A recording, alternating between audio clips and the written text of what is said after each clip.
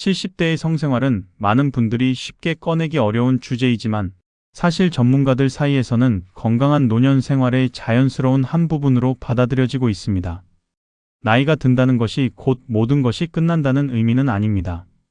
신체와 마음이 건강하다면 70대 이후에도 충분히 사랑을 나누고 친밀감을 유지할 수 있습니다.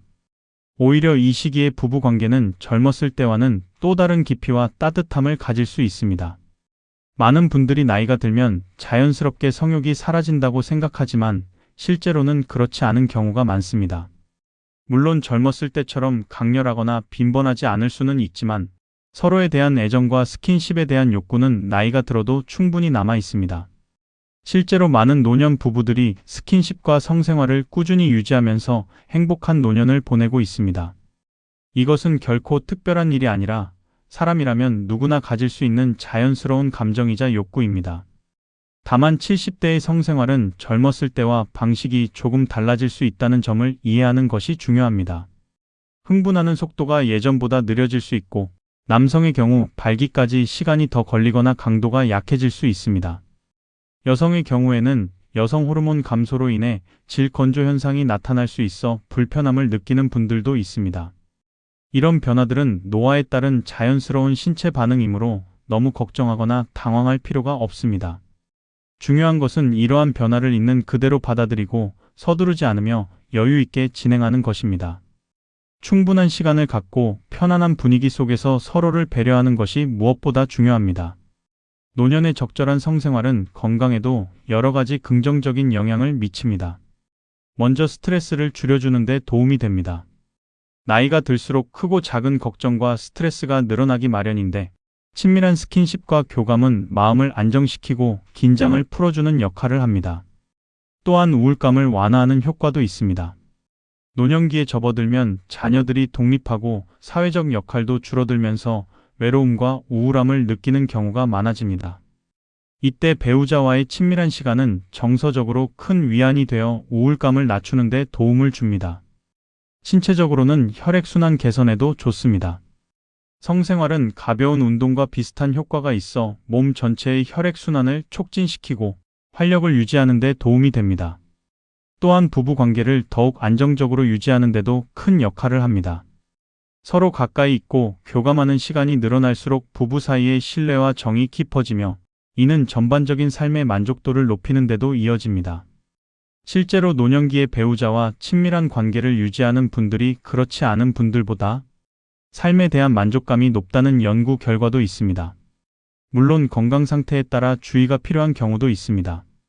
심장질환이 있거나 심한 고혈압, 최근 뇌졸중을 경험하셨거나 관절 질환이 심한 경우에는 반드시 담당 의사와 상담한 후에 결정하는 것이 안전합니다.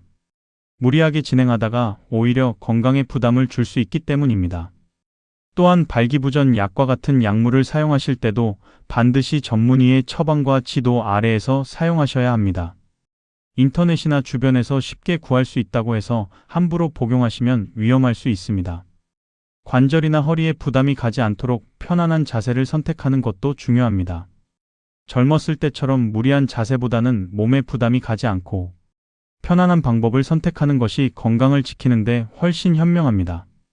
70대 이후의 성생활에서 가장 중요한 것은 사실 행위 자체보다 정서적인 교감입니다.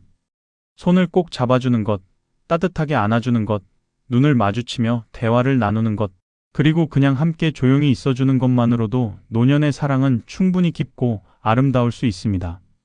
오히려 이런 작은 스킨십과 교감들이 쌓여서 부부 사이를 더욱 단단하게 만들어줍니다.